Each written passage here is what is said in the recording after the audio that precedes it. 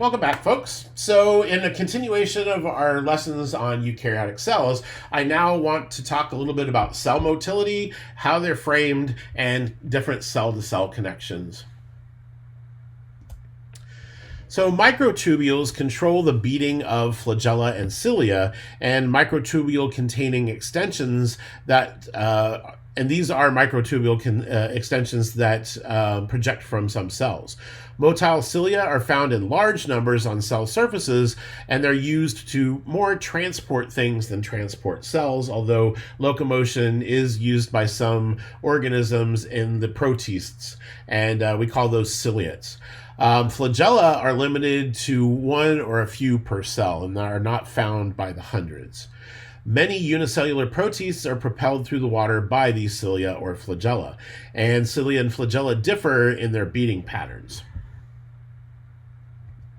So this is a comparison of the beating of flagella and motile cilia, and in the motion of flagella, flagellum has an oval head with a long tail and usually undulates. It looks kind of like a snake-like motion, and that drives the cell in the same direction as the axis of the flagellum.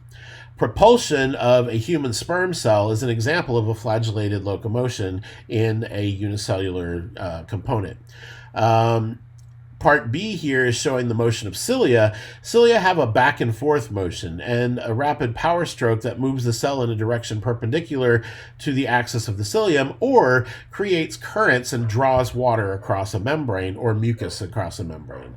A dense nap of cilia beating at the rate of about 40 to 80 to 60 strokes per second covers this Colopidium, freshwater protist, and it's shown as a colorized scanning electron micrograph. So you can see all the neat little parts of the cell.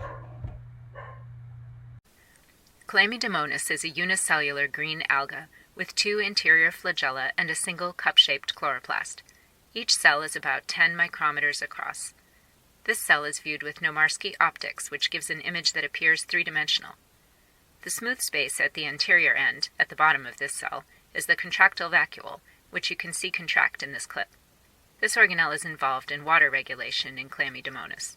By expelling a solution hypotonic to that in the cell, the contractile vacuole counters the osmotic movement of water into the cell. The slightly larger circular structure within the chloroplast at the other end of the cell is the pyrenoid, where starch is deposited. The 3D appearance around the pyrenoid is due to the view of the thylakoid membrane stacks in the chloroplast. Credit: Michael Clayton, University of Wisconsin-Madison. See the complex motion of the flagellum of an immobilized mouse sperm.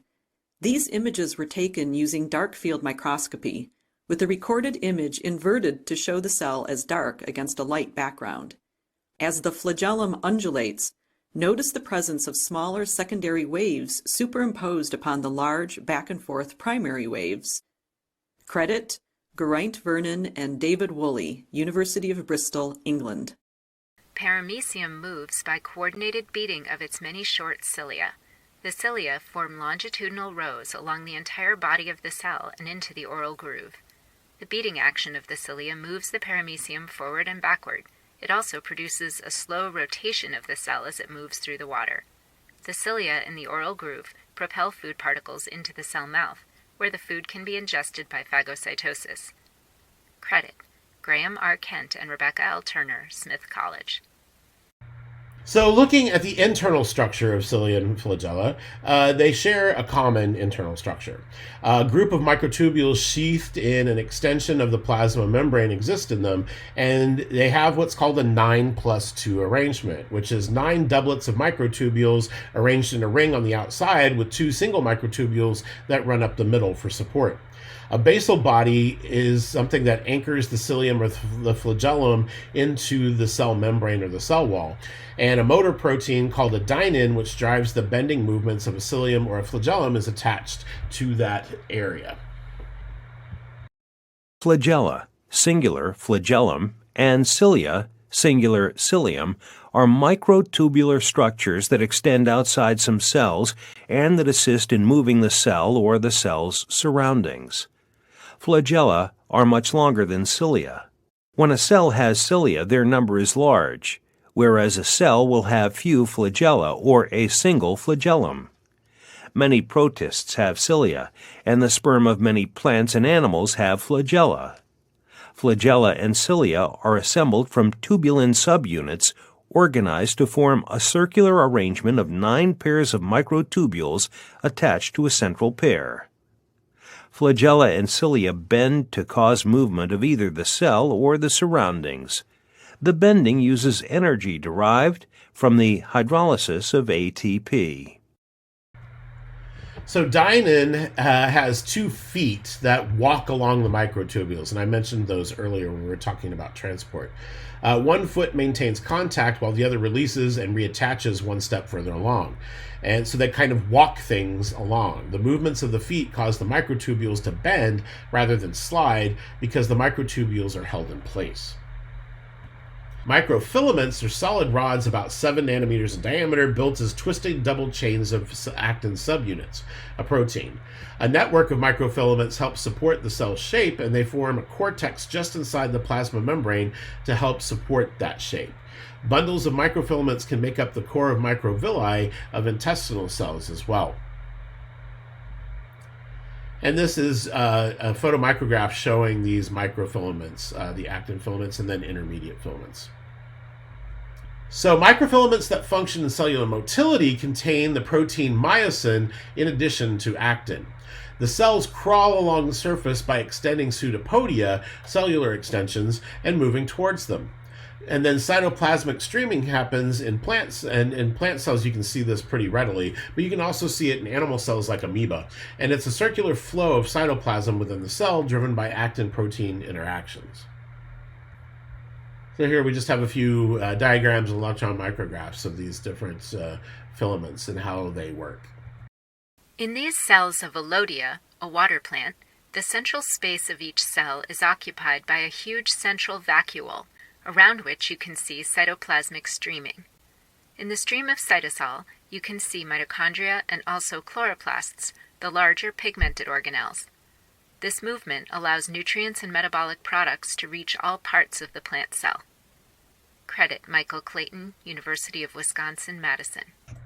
Finally, the intermediate filaments range in diameter from 8 to 12 nanometers, and they're larger than microfilaments, but they're smaller than microtubules, and they don't form that ring.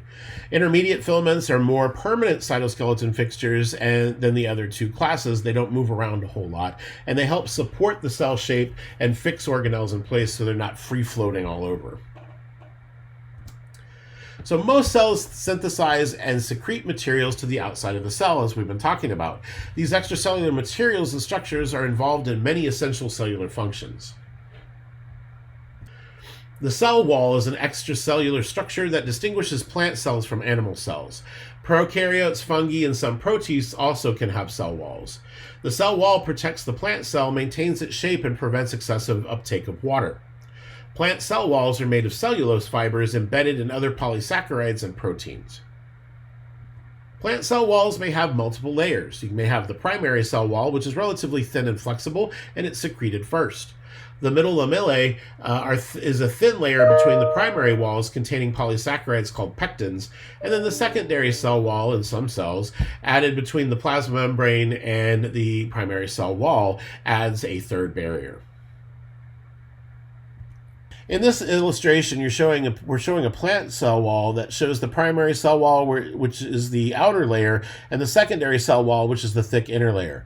The middle lamellae is part of the is the part that's between the two primary between the primary cell wall and the adjacent cells. A micrograph at the scale of 1 micrometer shows the middle lamellae between 2 primary cell walls that contain a small circular part in the space where the 3 cell walls are adjoined. Animal cells don't have cell walls, but they're covered with an elaborate extracellular matrix, an ECM. The ECM is made up of glycoproteins like collagen, proteoglycans, and fibronectin. Fibronectin and other ECM proteins bind to receptor proteins in the plasma membrane called integrins. So this is the extracellular matrix that I'm showing here of an animal cell.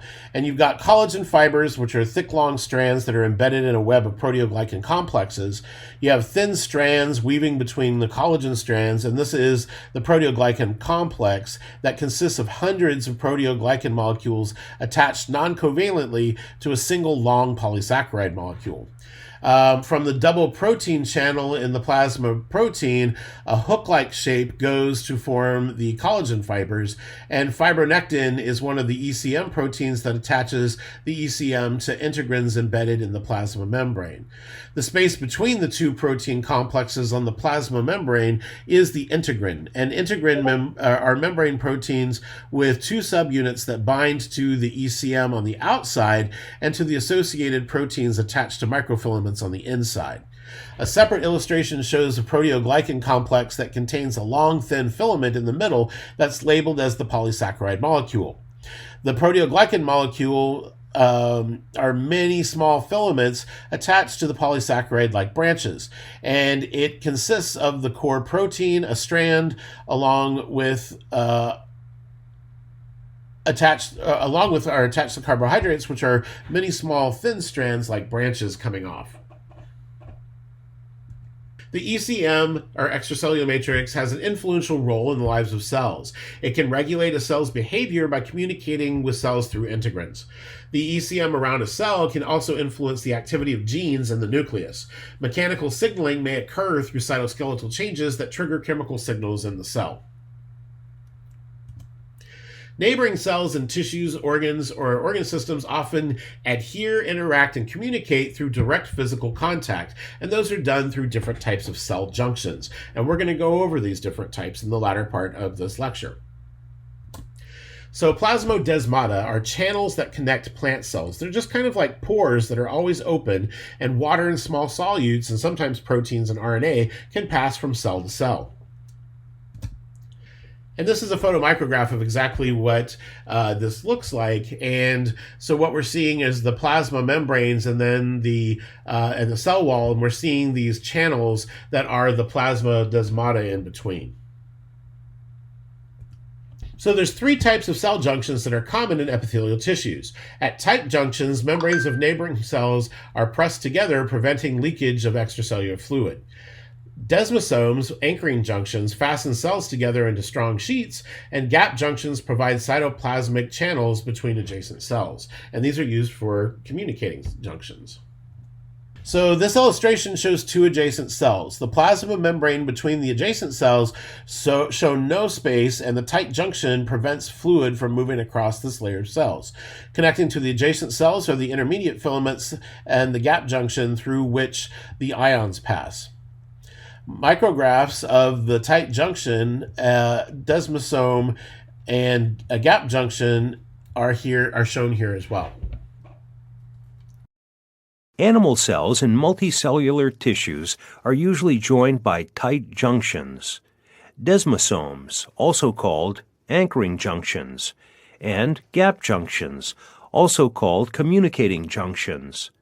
Plant cells are often joined by plasmodesmata. Each type of junction has specialized functions, such as preventing fluid leakage between membranes or allowing the free passage of small molecules and ions between adjacent cells. Tight junctions, which bind cells together, are found predominantly in epithelial tissues, such as the lining of the intestines.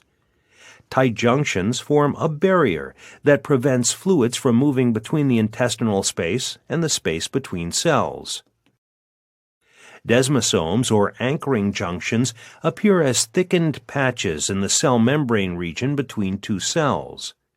Desmosomes contain specialized proteins, such as keratin, the same protein found in fingernails and hair, that increase the rigidity of tissues. Desmosomes, such as those found in epithelium, smooth muscle, and many other animal tissues, are button-like junctions that bind cells together and also function as anchors for fibers in the cytoskeleton. In gap junctions or communicating junctions, two cells are separated by a small gap, which is bridged by specialized channels that allow the passage of water and small molecules. Gap junctions help coordinate the activities of adjacent cells.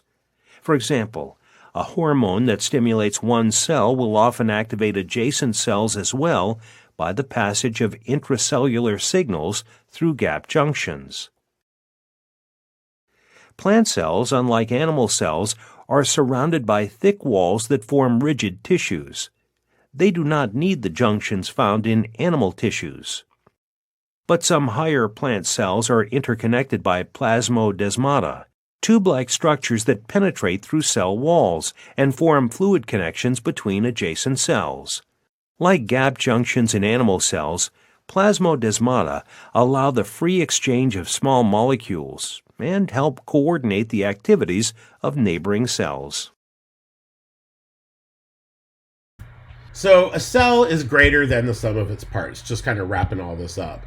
None of the cell's components work alone. For example, a macrophage's ability to destroy bacteria involves a whole cell coordinating components such as a cytoskeleton, lysosomes, and plasma membrane. That brings us to the end of this lecture, and please, after you stop it, go ahead and spend some time reflecting on the material, write down some questions that you might have, and go ahead and make up your own questions that you think that I might create for an exam.